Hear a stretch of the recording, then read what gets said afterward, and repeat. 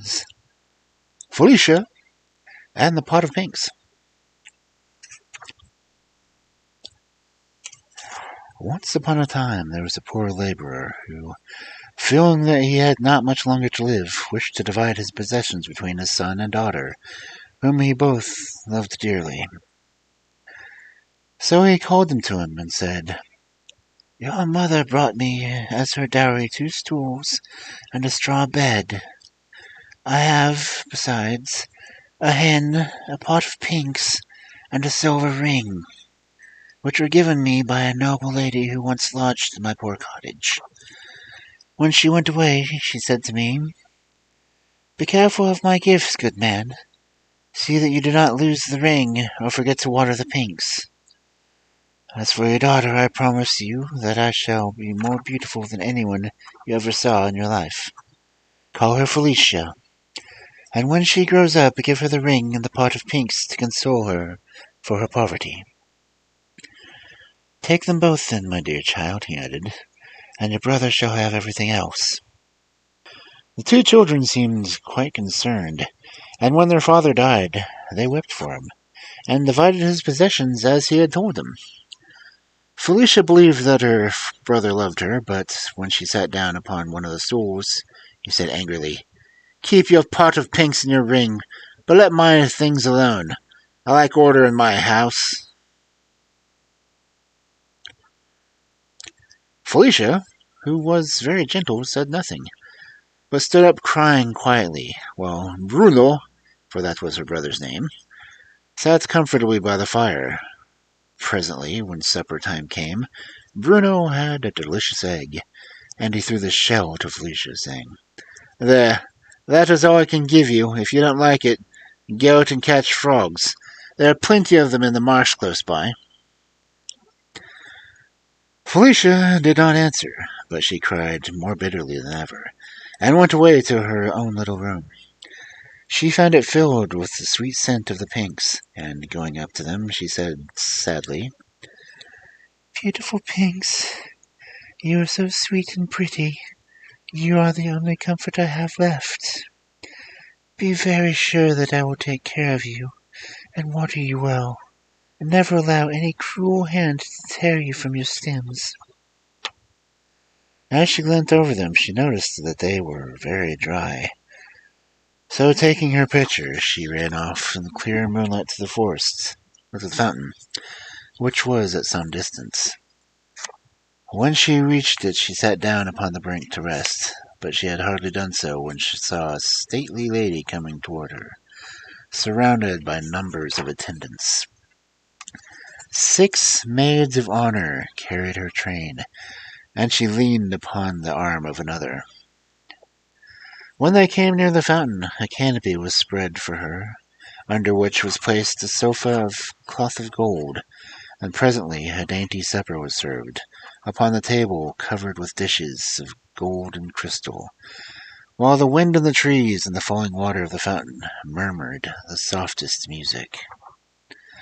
Felicia was hidden in the shade, too astonished by all she saw to venture to move, but in a few moments the queen said, 'I fancy I see a shepherdess near that tree. Better come hither.'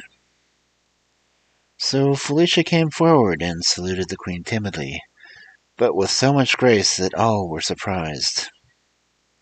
'What are you doing here, my pretty child?' asked the queen. 'Are you not afraid of robbers?' 'Ah, madam,' said Felicia, 'a poor shepherdess who has nothing to lose does not fear robbers.' 'You are not very rich, then?' said the queen, smiling. 'I am so poor,' answered Felicia, 'that a pot of pinks and a silver ring are my only possessions in the world.' 'But you have a heart,' said the queen. 'What should you say if anybody wanted to steal that?' 'I do not know what it is like to lose one's heart, madam,' she replied. 'But I have always heard that without a heart one cannot live, and if it is broken one must die, and in spite of my poverty, I should be sorry not to live.' 'You are quite right to take care of your heart, pretty one,' said the queen. 'But tell me, have you supped?' No, man, answered Felicia. My brother ate all the supper there was. Then the queen ordered that a place should be made for her at the table, and herself loaded Felicia's plate with good things, but she was too much astonished to be hungry.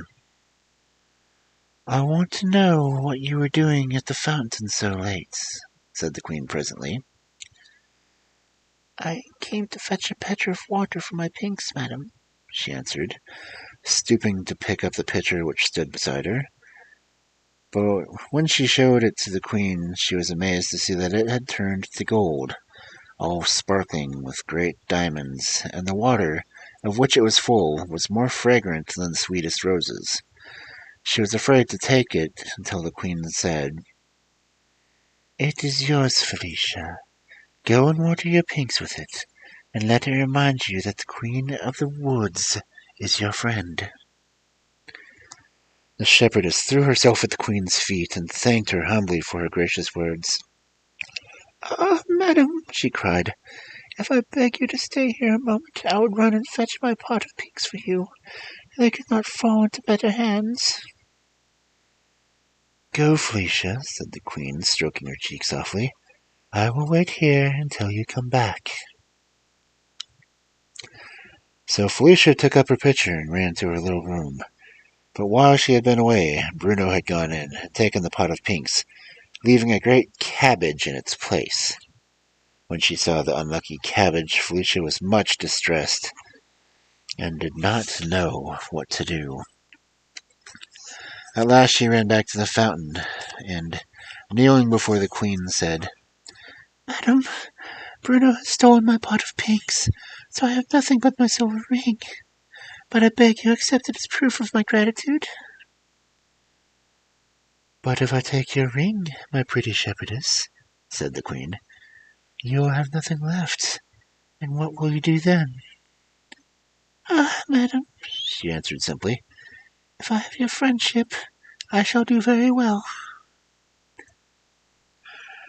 So the queen took the ring and put it on her finger, and mounted her chariot, which was made of coral studded with emeralds, and drawn by 6 milk-white horses. And Felicia looked after her until the winding of the forest path hid her from sight. And then she went back to the cottage, thinking over all the wonderful things that had happened. The first thing she did when she reached her room was to throw the cabbage out the window. But she was very much surprised to hear an odd little voice cry out, Oh, I'm half killed, and could not tell where it came from, because cabbages do not generally speak. So as soon as it was light, Felicia, who was very unhappy about her pot of pinks, went out to look for it, and the first thing she found was the unfortunate cabbage. She gave it a push with her foot, saying, What are you doing here, and how dared you put yourself in the place of my pot of pinks?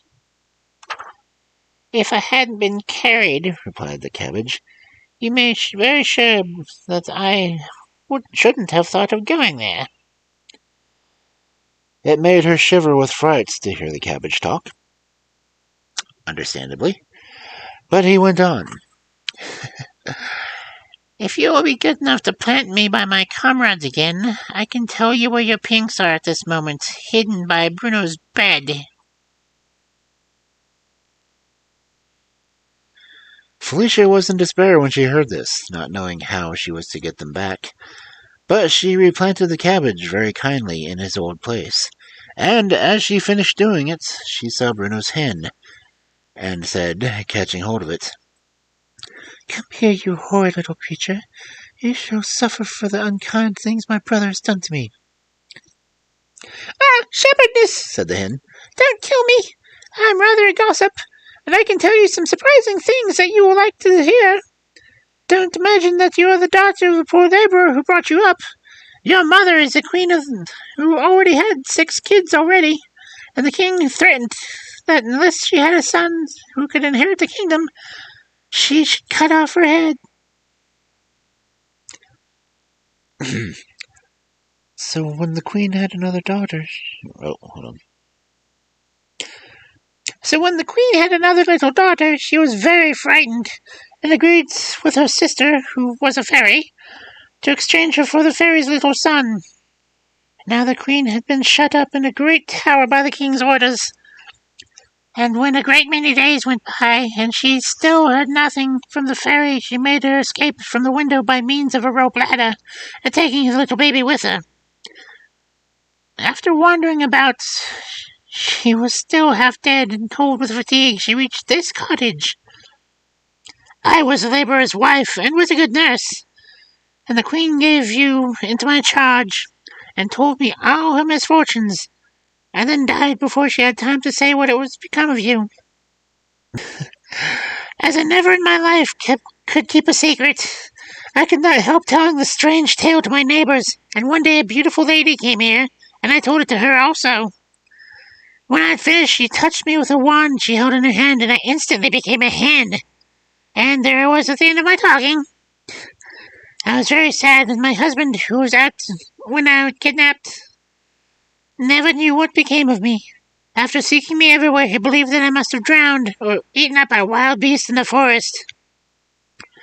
That same lady came here once and commanded that you should be called Felicia, and left the ring in the pot of pinks to be given to you.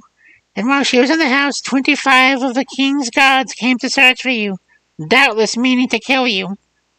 But she muttered a few words, and immediately they all turned into cabbages. It was one of them whom you threw out your window yesterday. I don't know how it was that he could speak. I've never heard either of them say a word before, nor have I been able to do so myself until now.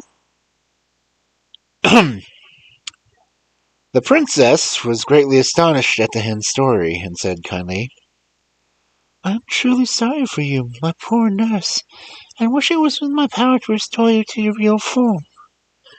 But we must not despair. It seems to me, after what you've told me, that something must be going to happen soon.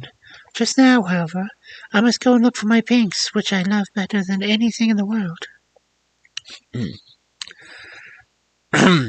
Bruno had gone out into the forest, never thinking that Felicia would search in his room for the pinks, and she was delighted by his unexpected absence, and thought to get them back without further trouble.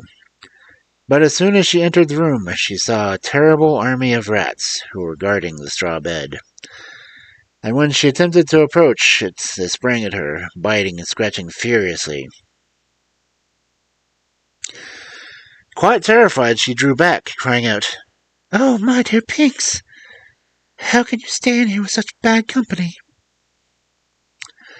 Then she suddenly bethought herself of the pitcher of water, and hoping that it might have some magic power, she ran to fetch it and sprinkled a few drops over the fierce-looking swarm of rats. At that moment, not a tail or whisker was to be seen.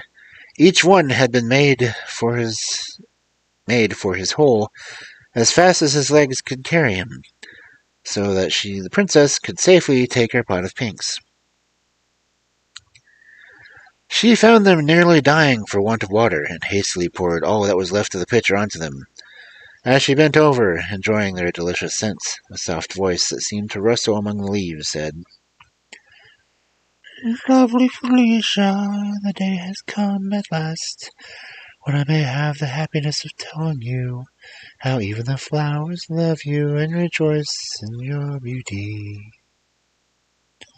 The princess, quite overcome by the strangeness of hearing a cabbage, a hen, and a pink speak, and the terrible sight of an army of rats, suddenly became very pale and fainted.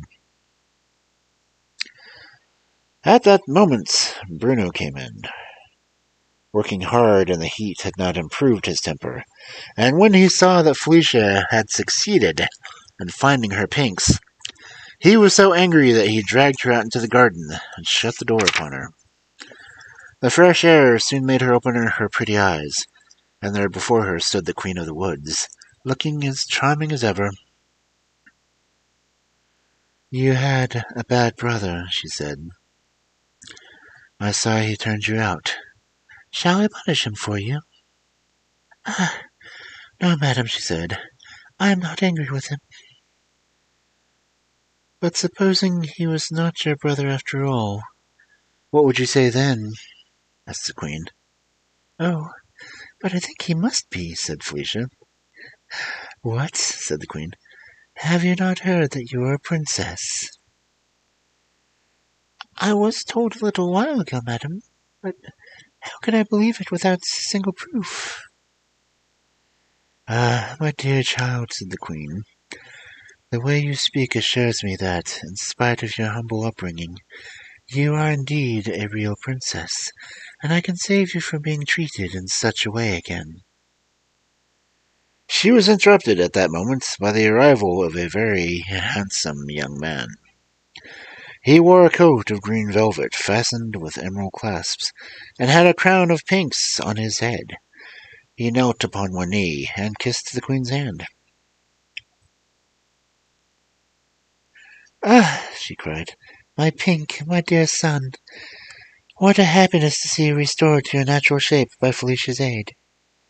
And she embraced him joyfully, and then returning to Felicia, said, "Charming princess, I know all the hen told you, but you cannot have heard that the Zephyrs, to whom was entrusted the task of carrying my son to the tower where the Queen, your mother, so anxiously waited for him, left him instead in a garden of flowers, while they flew off to tell your mother. Whereupon a fairy with whom I had quarrelled changed him into a pink, and I could do nothing to prevent it. You can imagine how angry I was, and how I tried to find some means of undoing the mischief she had done, but there was no help for it. I could only bring Prince Pink back to the place where you were being brought up, hoping that when you grew up he might love you, and by your care be restored to his natural form. And you see everything has come right, as I hoped it would. Your giving me the silver ring was a sign that the power of the charm was nearly over. My enemy's last chance was to frighten you with her army of rats. That she did not succeed in doing, so now, my dear Felicia, if you will be married to my son with a silver ring, your future happiness is certain. Do you think him handsome and amiable enough to be willing to marry him?" "Madam," replied Felicia, blushing, "you overwhelm me with your kindness. I know that you are my mother's sister, and that by your art you returned the soldiers who were sent to kill me into cabbages, and my nurse into a hen, and that you do me only too much honor in proposing that I should marry your son. How can I explain to you the cause of my hesitation? I feel, for the first time in my life, how happy it would make me to be beloved. Can you indeed give me the prince's heart?" "It is yours already, lovely princess," he cried, taking her hand in his. "But for the horrible enchantment which kept me silent, I should have told you long ago how dearly I loved you." This made the princess very happy, and the Queen, who could not bear to see her dressed like a poor shepherdess, touched her with her wand, saying, "I wish you to be attired as befits your rank and beauty." And immediately the princess's cotton dress became a magnificent robe of silver brocade embroidered with carbuncles, and her soft dark hair was encircled by a crown of diamonds, from which flowed a clear white veil. With her bright eyes and charming color in her cheeks, she was altogether such a dazzling sight that the prince could hardly bear it. "How pretty you are, Felicia!" he cried. "Don't keep me in suspense. I entreat you, say that you will marry me." "Ah," said the Queen, smiling, "I think she will not refuse now."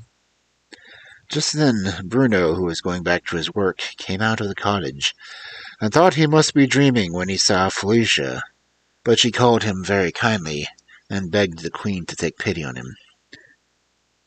"What," she said, "when he was so unkind to you?" "Ah, madam," said the princess, "I am so happy that I should like everyone else to be happy too." The Queen kissed her and said, "Well, to pleasure you, let me see what I can do for this cross Bruno." And with a wave of her wand she turned the poor little cottage into a splendid palace, full of treasures, Only the 2 stools and the straw bed remained just as they were, to remind him of his former poverty. Then the queen touched Bruno himself, and made him gentle and polite and grateful, and he thanked her and the princess 1,000 times. Lastly, the queen restored the hen and the cabbages to their natural forms, and left them all very contented. The prince and princess were married as soon as possible, with great splendor, and lived happily ever after.